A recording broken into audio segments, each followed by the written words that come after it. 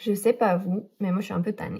Nous, les personnes qui ont à cœur la biodiversité, l'environnement, on est tannés d'entendre le discours politique qui dirait que pour répondre aux contraintes économiques, il faudrait limiter, voire négliger les mesures environnementales. La situation environnementale, elle est frappante, la situation climatique aussi, la perte de la biodiversité, tout est là. Le gouvernement, rendu là, il décide d'ignorer ces éléments-là en ouvrant la porte ou en créant de toutes parts des projets destructeurs de l'environnement qui ne respectent ni les droits des Premières Nations, ni le besoin criant de réduction des émissions de GES. Les projets qui sortent du chapeau depuis les 6 derniers mois ne sont pas des solutions. GNL 2.0, projet de loi 97, loi C5, STAPLEX, tout ça, ça répond ni aux besoins des Québécois et Québécoises, ni au maintien d'emplois réellement durables. Ce sont des projets qui sont des respirateurs artificiels qui font qu'abîmer nos poumons et ceux de la planète. Les milieux naturels du Canada maintiennent déjà difficilement le climat. Ils méritent mieux. Les Premières Nations, les gardiens et gardiennes du territoire se battent, s'indignent pour leur territoire, pour leurs droits.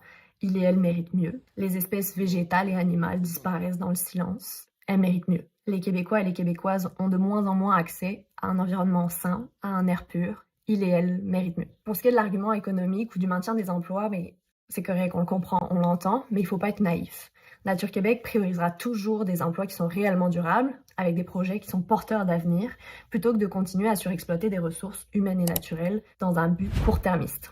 Des projets d'avenir, il y en a et ils attendent qu'à être entamés. Pour ça, il y a besoin d'emplois et de personnes qualifiées et compétentes. Elles sont là. Et elles aussi, elles méritent mieux que des projets qui vont mettre en danger leur santé et leur environnement. Fait que c'est ça, un petit message pour dire je suis tannée d'entendre ce discours-là. Et surtout, qu'il est temps de fixer notre regard sur l'avenir et définitivement pas en ce moment sur nos voisins.